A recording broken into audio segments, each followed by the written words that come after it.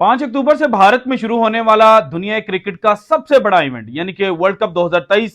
जिसके आगाज में अब सिर्फ 92 डेज के करीब जो दिन है वो बाकी बचे हैं। लेकिन 27 जून को जो ऑफिशियल शेड्यूल आईसीसी की जानिब से जारी किया गया था और जिसके बाद ये कहा जा रहा था कि जनाब देखें, जिस तरह से आईसीसी ने बीसीसीआई के साथ मिलकर जो पाकिस्तान का मैच अहमदाबाद में शेड्यूल किया है, तो वहां पर जो आईसीसी की मोहब्बतें हैं, जो आईसीसी की बीसीसीआई के साथ कुर्बत है, या इसको अगर आप दूसरी तरह ले लें कि जनाब जो बीसीसीआई आईसीसी को पाल रहा है, तो आईसीसी जो है वो बीसीसीआई के साथ खड़ा हो गया है। और पाकिस्तान की एक जो बात है वो भी नहीं मानी गई। पाकिस्तान जो चाहता था कि उसका अफगानिस्तान और ऑस्ट्रेलिया का जो मैच है वो आपस में अनफेवरेबल कंडीशंस की वजह से स्वैप कर दिया जाए, वो भी नहीं किया गया। और दूसरा सोने पर सुहागा ये हुआ कि पाकिस्तान जो सिक्योरिटी कंसर्न्स अहमदाबाद के वेन्यू को लेकर शो कर रहा था, उनको भी भारत और आईसीसी की जानिब से एड्रेस नहीं किया गया। और बजाहिर ये लग रहा है कि जनाब आईसीसी जो है वो बीसीसीआई की कॉलोनी है, ना कि जो बीसीसीआई है वो आईसीसी के अंडर आता है। लेकिन अब जनाब 6 दिनों बाद यानी कि 27 जून को जो ऑफिशियल शेड्यूल है वो सामने आता है, और अब जनाब 3 जुलाई है और 6 दिनों बाद जो आईसीसी है उन्होंने खुलकर पहली दफा जो पाक भारत क्रिकेट है, पाक भारत मैच है और पाकिस्तान क्रिकेट बोर्ड का जो रवैया है उस पर बात की है। और बात कुछ इस तरह से की है कि भाईजान, वो भारतीय मीडिया और भारतीय क्रिकेट बोर्ड जो पिछले 6 महीनों से अपनी आवाम को एक ही चूरन बेच रहे थे कि पाकिस्तान की क्या मजाल है, पाकिस्तान होता कौन है, पाकिस्तान तो भाई भीख मांगने वाला है। भाईजान पाकिस्तान की क्रिकेट तो चलाता ही हम जब चाहें जिस तरह से चाहें पाकिस्तान को ऑर्डर करेंगे और पाकिस्तान जनाब जो पालतू होते हैं उनकी तरह हमारे सामने जनाब जो आकर बैठ जाएगा। लेकिन हकीकत इससे बिल्कुल मुख्तलिफ थी। मैंने अपनी वीडियोस के जरिए आपको बताया था कि भाईजान पाकिस्तान छोटा क्रिकेट बोर्ड जरूर है, लेकिन पाकिस्तान का वोट भी उतना ही अहम है आईसीसी के लिए जितना बीसीसीआई का है। सो अब आईसीसी जो है उसने जो एक रिकमेंडेशन दी है या एक जो रिप्लाई दिया है वो बड़ा इंटरेस्टिंग है। और वो तमाम भारतीय चैनल्स या जो गोदी मीडिया वाले लोग हैं जो एक ही मैसेज प्रोपेगेट कर रहे थे पाकिस्तान के खिलाफ, उनके मुंह पर एक थप्पड़ है और उनको बता दिया कि भाईजान आप बड़े होंगे, आपके पास पैसे बहुत होंगे, आप खुद साख्ता जो डॉन होंगे वो भी जरूर आपको समझा जाए, लेकिन आपकी वुक्कत पाकिस्तान की तरह ही है। सो आईसीसी ने बीसीसीआई के मुंह पर किस तरह से थप्पड़ मारा है, ये सारी डिटेल्स जो हैं ये एक एक करके आज की वीडियो में मैंने आपके सामने शेयर करनी है। इसके अलावा पाकिस्तान के जो वजीर दाखिला है राना सनाउल्लाह साहब, सारी गेम उनके हाथ में किस तरह से आ गई है ये भी आपके साथ शेयर करना है। लेकिन सबसे पहले देखें कि पाकिस्तान और भारत के दरमियान जो इस वक्त कंसर्न्स हैं वो क्रिकेटिंग कंसर्न्स नहीं है, और ना माजी में पाकिस्तान और भारत के दरमियान जो कंसर्न्स थे, जो इश्यूज थे वो क्रिकेट को लेकर थे। क्योंकि पाकिस्तान और भारतीय प्लेयर्स की जो दोस्तियां हैं आपस में वो किसी से ढकी छुपी नहीं है। शुएब अख्तर, हरभजन सिंह, वीरेंद्र सहवाग के साथ जिस तरह से जनाब मोहब्बत की पिंगे बढ़ाते नजर आते हैं, तो वो भी जनाब सारी दुनिया ने देखी हुई है। इसके अलावा जो दादा ऑफ क्रिकेट है यानी कि जो इंडियन एक्स कप्तान थे सौरव गंगोली, जिनको जो मॉडर्न डे क्रिकेट है भारत की उसका जनाब पायनियर समझा जाता है, उसका जो लास्ट 3 साल थे उसमें उसको उठाने वाला कौन था? पाकिस्तान के एक्स प्राइम मिनिस्टर और पाकिस्तान के जो एक्स कप्तान हैं इमरान खान, उनकी एक मोटिवेशन की वजह से जो गंगोली हैं वो जनाब दादा एक क्रिकेट बने। उसके अलावा इंजमामुल हक के साथ जिस तरह से दोस्तियां थी, जिस तरह से मोहम्मद यूसुफ और जो इंडियन प्लेयर्स हैं उनके दरमियान दोस्तियां थी, और बजाहिर ऑन द फील्ड जो गंभीर और अफरीदी के दरमियान लड़ाइयां होती थी, वो ऑफ द फील्ड जब जाते थे, जब ग्राउंड से बाहर निकलते थे, तो वो लड़ाइयां, वो तलखियां जो थी वो मोहब्बत में बदल जाती थी। लेकिन जनाब जो पाकिस्तान और भारत के दरमियान कंसर्न्स थे, जो इश्यूज थे, वो शुरू से पॉलिटिकल थे। और अब जो दोनों साइडों पर जो हुकूमतें हैं यानी कि पाकिस्तान में अगर देखा जाए तो पीडीएम हुकूमत है, शहबाज शरीफ साहब और आसिफ अली जरदारी साहब जो है ये इस वक्त लीड कर रहे हैं, हुकूमत कर रहे हैं। सो इनका जो स्टांस है वो भी एंटी इंडिया है। और दूसरी साइड पर भारत में देखा जाए तो भारतीय प्राइम मिनिस्टर जो नरेंद्र मोदी साहब हैं उनका तो स्टांस जो है वो कई दफा ओपनली अपनी वीडियोस में मैं आपके सामने रख चुका हूं कि वो पाकिस्तान को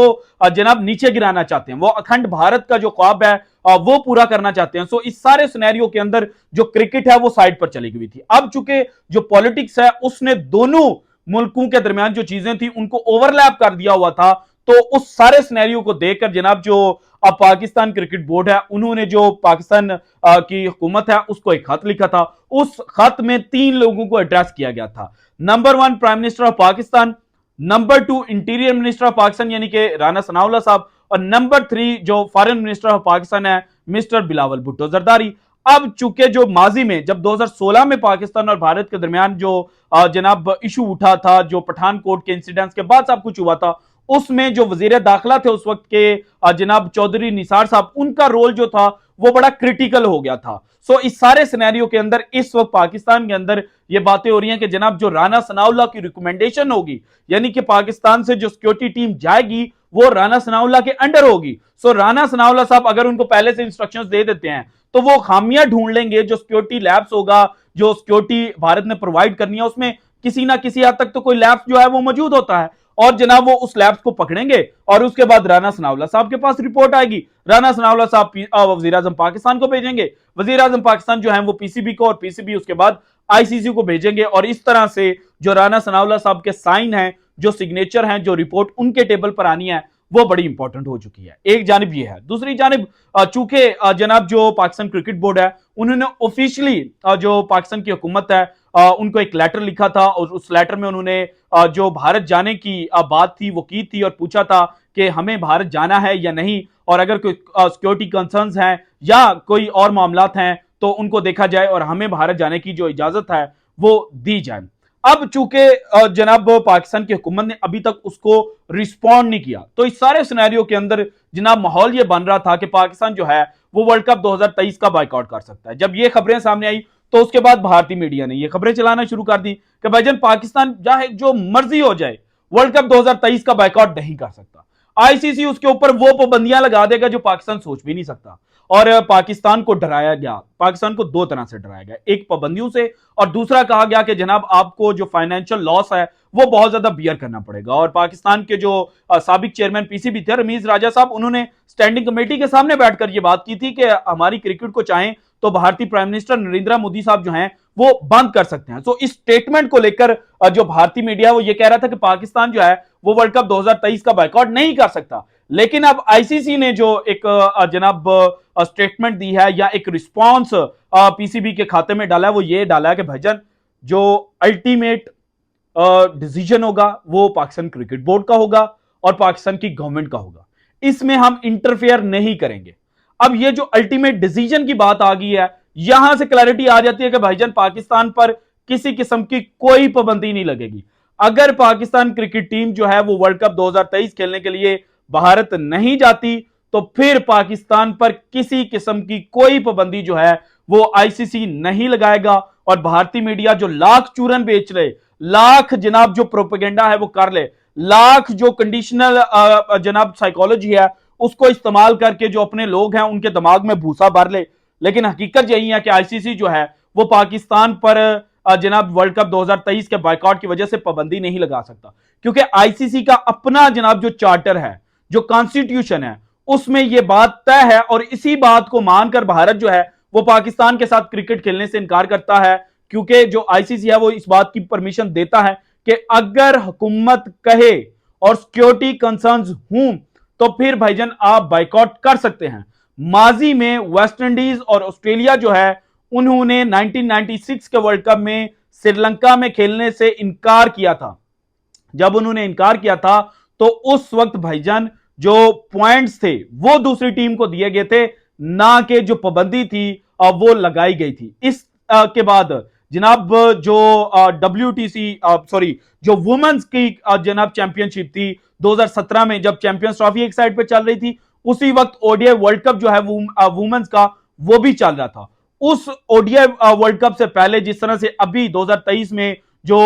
ओडीआई का सुपर जनाब लीग खेली गई है जिसमें 8 टीमों ने डायरेक्ट क्वालिफाई किया है, उस तर्ज की जनाब वुमेन्स की लीग थी, उसमें इंडियन टीम ने पाकिस्तान के साथ मैचेस खेलने थे। लेकिन पठानकोट के इंसिडेंट्स के बाद भारतीय टीम पाकिस्तान के साथ नहीं खेली थी, तो वो भारत के जो पॉइंट्स थे वो पाकिस्तान को दे दिए गए थे। सो चीज सिर्फ यही हो सकती है कि पाकिस्तान अगर बाइकआउट करता है तो फिर नई टीम जो है, जो जनाब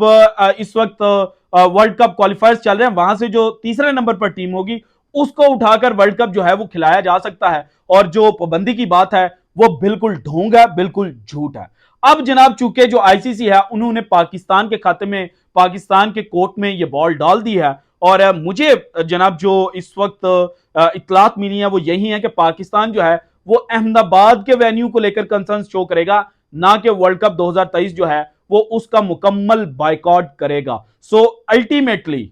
भारतीय मीडिया, भारतीय क्रिकेट बोर्ड जो जनाब अपनी आवाम को चूरन बेच रहे थे, वो चूरन अब खुलकर सामने आ गया है कि हकीकत से उसका कोई ताल्लुक ही नहीं है, और पाकिस्तान जो है वो भी उतना ही आईसीसी के लिए इंपॉर्टेंट है जितना Bharat. So this is it from today's episode. अगर आपको वीडियो पसंद आई तो लाइक कीजिएगा, ज्यादा से ज्यादा शेयर कीजिएगा, अपनी कीमती राय का इजहार लाजमी कीजिएगा, और अगर आपने अभी तक चैनल को सब्सक्राइब नहीं किया तो कर दें। शुक्रिया, अल्लाह हाफिज।